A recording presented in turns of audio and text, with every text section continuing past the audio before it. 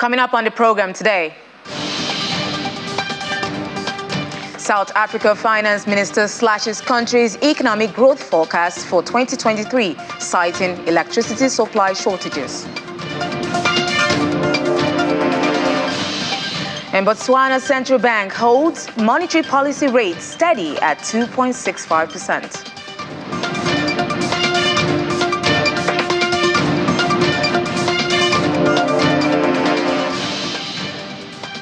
Plus, Kenya goes for local currency syndicated bonds to check public debts. Hello and welcome to Business Incorporated. I'm Will Ibong. As always, let's check in on the markets, and we begin with Africa, where equities traded with mostly positive sentiments at intraday. The NGX was trading 0.5% higher, while South Africa was 0.22% in green territory.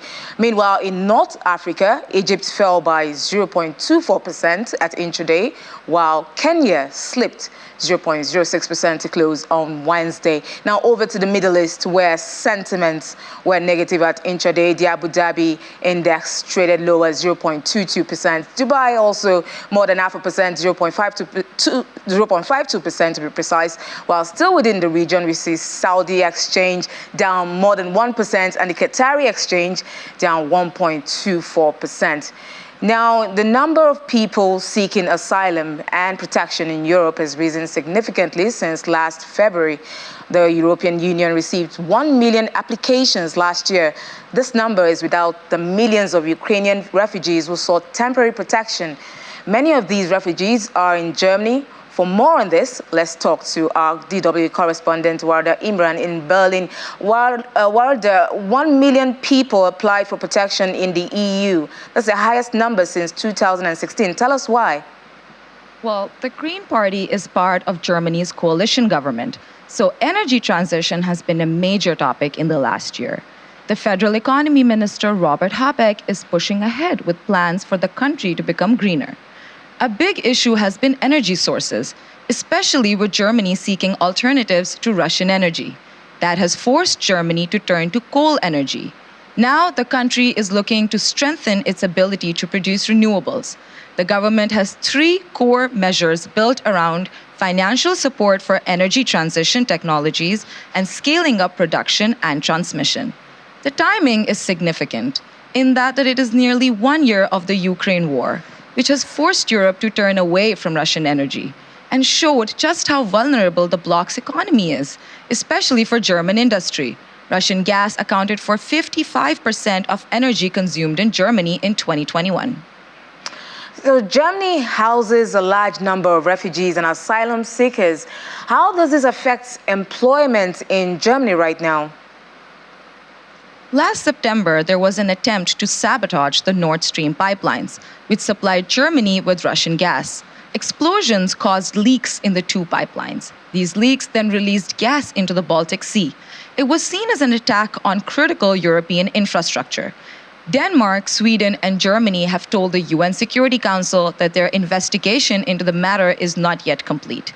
In a letter, the 3 countries said the pipelines were damaged by powerful explosions due to sabotage.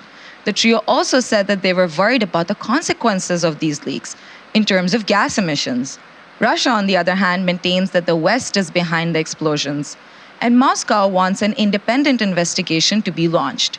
The Nord Stream pipeline was a symbol of relations and trade between Russia and Germany since it came into inception almost 20 years ago.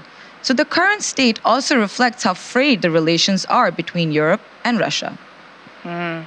We'll keep watching that and see how that plays out. But now let's talk markets. Give us an update. Well, 2 important announcements are coming out. First, the numbers for Germany's January inflation rate is out.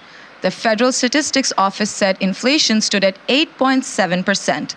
This is a rise from December inflation, which stood at 8.1%, indicating rising prices. The second important announcement is from the German IFO Institute on German Business Climate Index, which is an indicator of economic developments and performance. Although the German central bank, Bundesbank, is still pessimistic about the German economy's state in 2023.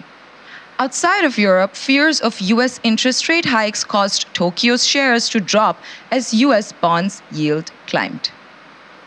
Thanks a lot, Wilder, for that update. Now we'll move over to other markets in Asia, where stocks traded mixed on Thursday as investors digested minutes released by the U.S. Federal Reserve that showed members are still committed to fighting inflation, which rate hikes. The Bank of Korea held its interest rate at 3.5%, a first after nearly a year of rate hikes and in line with expectations. South Korea's Kospi ended Thursday 0.8% up in the green, alongside Samsung Electronics gaining about 1.5% after the decision. Now, Japanese markets will be closed on Thursday, will close today for the Emperor's birthday. Meanwhile, Hong Kong's is expected to release its consumer price index for January. The S&P ASX 200 fell 0.4%. We see in Australia, then the Hang Seng Tech Index dropped 0.35%, while the Hang Seng Tech Index gained 1.1%. In mainland China, the Shenzhen Component ended 0.13% lower at 11,884 points, while the Shanghai Composite fell 0.11% to close. Now, stock futures ticked higher on Thursday. Futures tied to the Dow Jones and Industrial Average lost 0.36%, S&P futures 0.56%, and the Nasdaq 100 futures jumped 1%. Nasdaq futures got a boost from Nvidia, which rose more than 8% after hours on better than expected fourth quarter earnings and revenue. In regular trading on Wednesday, the Dow lost 0.26%, while the S&P 500 fell 0.16%. Meanwhile, the Nasdaq Composite rose 0.13%. The moves come after the Federal Reserve released the minutes of its most recent meeting, which concluded February the 1st, showing that members of the central bank are resolved to keep fighting inflation with rate hikes. Now, oil prices rose slightly in thin Asian trade on Thursday, pausing from a 6-day losing streak fed by mounting concerns that more aggressive interest rate increase by central banks could pressure economic growth and fuel demand. Brent crude futures rose 2 cents to $80.62 per barrel. West Texas Intermediate crude futures, WTI, rose 9 cents to $74.04 a barrel. Now, oil has also been pressured by signs of further crude inventory builds. U.S. crude oil and fuel inventories rose by 9.9 million barrels last week, according to market sources citing American Petroleum Institute figures. Now, U.S. oil inventories have climbed every week since mid-December, stoking investor worries about demand. Now, Belt and Road Initiative in South Africa is considered a key part of China's One Belt, One Road efforts, and due to its potential for rails, roads, and energy. And according to the Center for Global Development, over 70% of private infrastructure projects in sub-Saharan Africa were funded by China, and that's between 2007 and 2020. However, with most African countries heavily in debt, it appears China might be making a few changes. Lara Wolf, Sub-Saharan Africa country risk analyst with Fitch Solutions, joins me to share more insights. Lara, good to have you on the program today. Good to be here. Thank you. Now, you are of the opinion that China is going to sustain a significant investment in sub-Saharan Africa despite this. Why do you think so? Sure. I mean, so to clarify, our view is that mainland Chinese investment in sub-Saharan Africa will decline but remain significant. And the first point is key. As investment is declining, as Chinese lenders and sub-Saharan African governments become increasingly cautious regarding large Chinese loans, which follows a trend of Chinese investment shifting from large-scale infrastructure projects to new sectors in line with the new small is beautiful policy. However, like you said, we do expect investment to remain significant. And this is because there is a large discrepancy between the levels of funding offered by other partners, such as the United States and the European Union, and the Chinese government. While the US is keen to demonstrate its re-engagement with sub-Saharan Africa, for example, at the 2022 US-Africa Leader Summit, where they committed $55 billion to advance shared Africa and US priorities, we still expect a discrepancy in commitments, with China continuing to offer substantially more over the coming years. So is China, because we know that African countries or governments are heavily dependent on this investment from China, but there's not been much traction these days, with some governments even rejecting some of these investments. China is about to shift focus, from what you said. What are some of these areas China is looking at the moment? Sure. So as China's shifting away from large-scale infrastructure projects, we're seeing a focus on pharmaceutical and healthcare sectors in line with the Health Silk Road policy, digital infrastructure in line with the Digital Silk Road policy.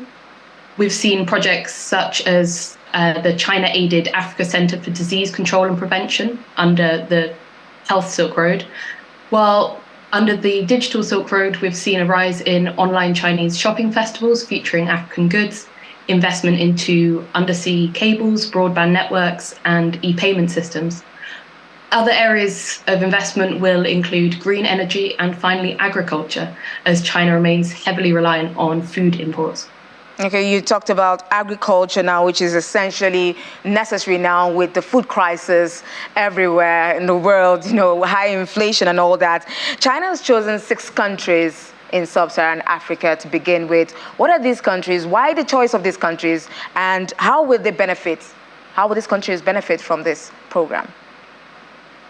Sure. So under China's 14th five-year plan for international agricultural cooperation, it mentions Nigeria, Tanzania, Angola, Botswana, Burkina Faso, and South Sudan. However, as it outlined during the 2021 Forum on China-Africa Cooperation, or FOCAC summit, the commitments to the agricultural sectors will be much more broad-based. So during the FOCAC summit, China committed to send agricultural experts to the continent, pledged to train African agricultural technicians in China, and most importantly, pledged to reduce the trade imbalance between China and the African continent. And this is partly through green lanes. So these green lanes will not only be tariff-free, but China has also pledged to speed up the inspection and quarantine procedures, which will likely see an uptick in agricultural exports to China. One success story that has recently emerged has been the export of Kenyan avocados, but we've also seen upticks in other products such as Zambian soybean meal and Tanzanian avocados. So is there any particular commodity in Nigeria that China would be particularly interested in boosting at the moment, and how would that work, if you have any information about that? Absolutely. I mean, for Nigeria, a key interest is still oil, with the agricultural focus being more towards East African countries such as Rwanda and Ethiopia, and Southern African countries such as South Africa, where we're seeing an uptick in exports in citrus fruits. Okay, so you talked about zero tariff for some countries. China just announced zero tariff treatment for 98% taxable items from Niger and Burundi. I'm mentioning countries in sub-Saharan Africa. Ethiopia is in North Africa, so I didn't even mention that. But does this align with the Silk Road plan China has long term? So last year we saw 2 announcements regarding this removal of tariffs for 98% of taxable goods. The first round saw a removal of tariffs from 9 African markets in September 2022, with the next round occurring 3 months later in December with another 9 markets. As you said, most recently we've seen announcements regarding Burundi, Niger, and Ethiopia, and these tariff removals will happen in March. This is all in line with commitments made during the 2021 FOCAC summit to bolster trade between Africa and China, and also follows on from the decision to remove tariffs on 97% of taxable items, which was announced back in 2015. I don't know if I missed that, because there's 6 countries that's a key interest for China right now. Nigeria is one of them. So is Nigeria going to benefit from this zero tariff treatment that China is extending to these countries, to other countries? Will Nigeria be part of it anytime soon? I do not believe that Nigeria is one of the countries, but that is something I'd have to look into. Thanks so much, Lara, for that. Lara Wolf, analyst, Sub-Saharan Africa Country Risk Fixed Solutions. Thank you for joining us and sharing your insights on the program. It's good to have you. Thank you. And so we move on to other markets. But after the break, we're going to talk aluminium. But that's next. This is Business Incorporated. Just stay with us. Welcome back. Aluminium is in focus again as it is an essential metal used in the construction and energy industries. However, the Economist Intelligence Unit EIU projects that the price of aluminium will fall by 12.59% to an average of $2,360 per ton in 2023 from its projected average of $2,700 per ton in 2022. Now joining to discuss this is Daniela Omubodede, analyst, financial derivatives company. Hi, Daniela. It's good to have you again on the program. Good afternoon. Thank you for having me. It's good to have you. Now, the price of aluminium has declined for about 36% from its peak in March 2022. What is the reason behind this, if apart from other Russian and the war going on and post-pandemic from COVID-19? What would this fall in global price of aluminium mean for Nigeria's core inflation, which is currently at 19.6%? Yes, so aluminium is a widely consumed metal. It is actually the third most abundant element in the Earth's crust, following oxygen and silicon. The major reason for this decline in the price of aluminium is a weak global demand outlook for the commodity. In 2023, the demand for aluminium has been projected to grow by just 1%. The price of aluminium also fell by about 36% from its peak in 2022 due to fears of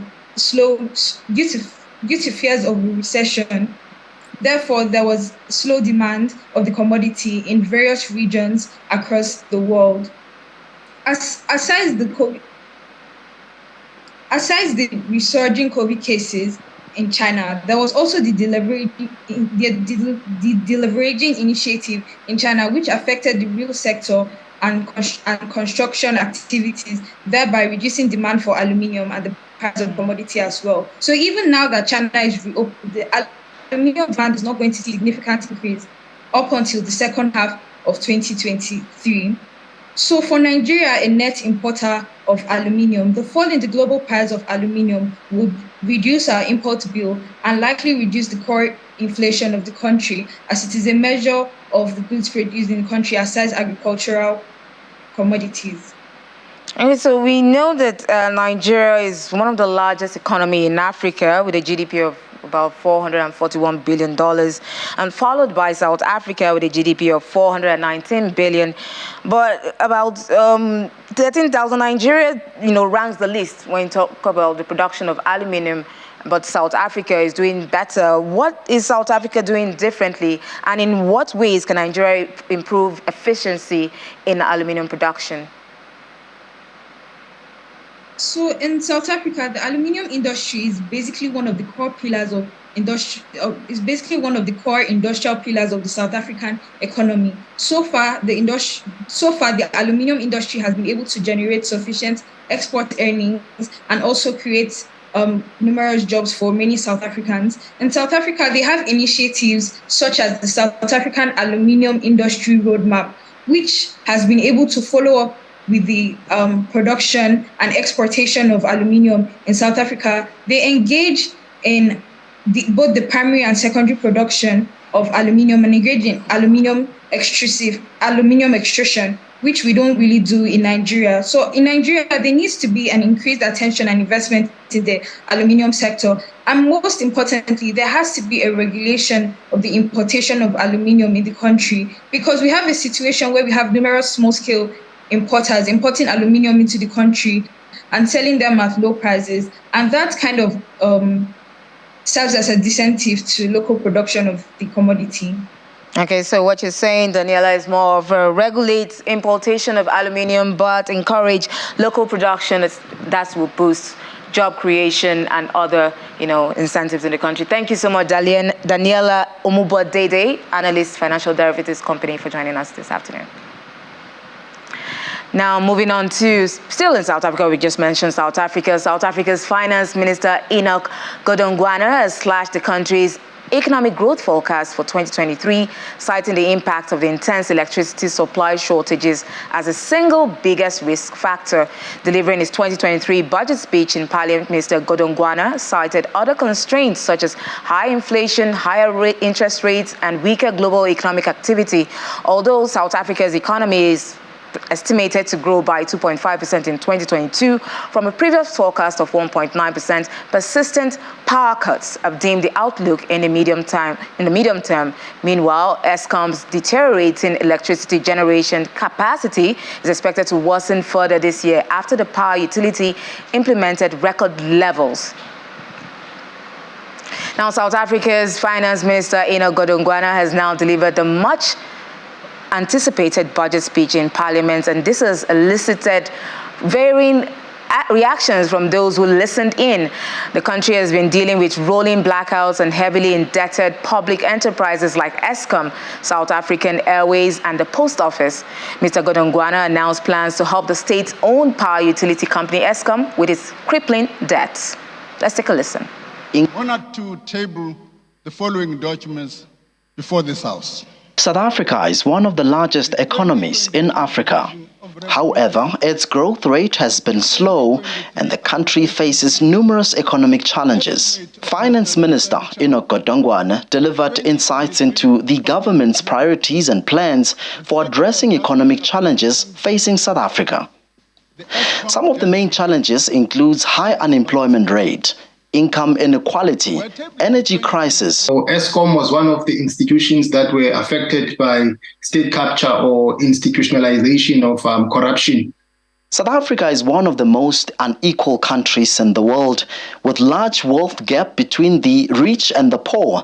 Does this mean the leaders are failing to read the temperature outside of their offices? There wasn't really any talk of real employment and real, business opportunities. There wasn't really any sense of direction from National Treasury, who really have a primary interest in ensuring that the economy is operating at full capacity. The government has implemented economic reforms for addressing some of these challenges, but much more still needs to be done. What is fiscal consolidation? That's a term that came to play during Pravin Gordhan's term. It meant nothing except austerity. It meant cutting on expenditure. It's about fiscal conservatism.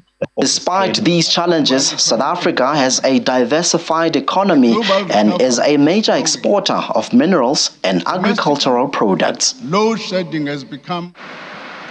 Now, Botswana's central bank has kept its monetary policy rate unchanged at 2.65%, saying it expects inflation to fall this year and in 2024. Botswana's consumer inflation dropped to 9.3% year-on-year in January from 12.4% in December, but it is still far above the central bank's 3% to 6% target. Meanwhile, the governor of the central bank says the country's economy is expected to grow 4% in 2023, down from 6.7% in 2022.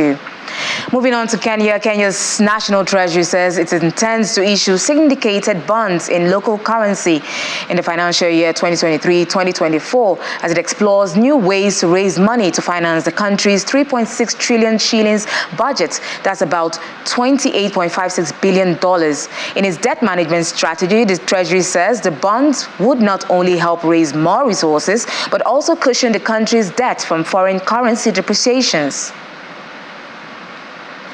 And that's it on Business Incorporated. I'm Will Ibang. Thanks for watching. It's bye-bye for now.